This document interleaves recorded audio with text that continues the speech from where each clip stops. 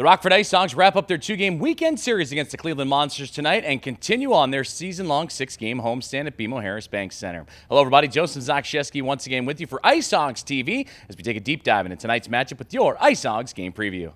The IceHogs and Monsters rematched from an evening ago, and the IceHogs would skate away with a 5-2 victory and improve to a record of 14-11, 1-1, and sit in third place of the Central Division and are now on a three-game winning streak. For the Cleveland Monsters, with the loss, they would drop to 11-10, 4-3, and still sit in the fifth place spot of the North Division.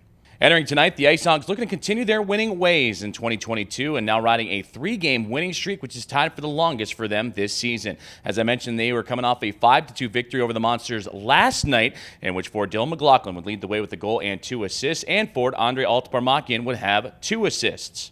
And forwards Dylan McLaughlin and Andre Altaparmakian continue to remain hot for the IceHogs. Both entered tonight on a three-game point streak. For Dylan, he's got a goal and 5 assists over his last 3 games. And for Altaparmakian, he's got 2 tallies and 3 helpers along the way. For the Cleveland Monsters, this is going to wind down a 5-game road trip for them, the 5th of that 5-game stretch. They have gone 1-2-1 so far. After the tough loss last night, they would try and rely on the scoring of Carson Meyer and Kevin Stenland, but they would just come up short against the IceHogs, especially winding into the third period. They're led by defenseman Jake Christensen, who would earn an assist last night. He is third in the American Hockey League among defensemen in points with 20, and he leads the Monsters overall.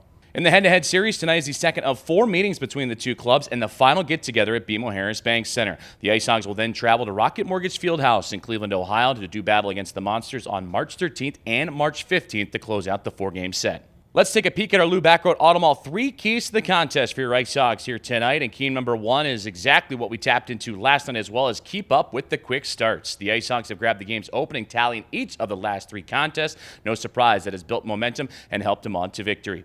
Key number 2 is to stay disciplined. Last night we saw a combined 41 penalty minutes between the two clubs. That is the highest the IceHogs have experienced in a single game this season. If they want to be successful, they have to stay 5-on-5 and stay out of the penalty box.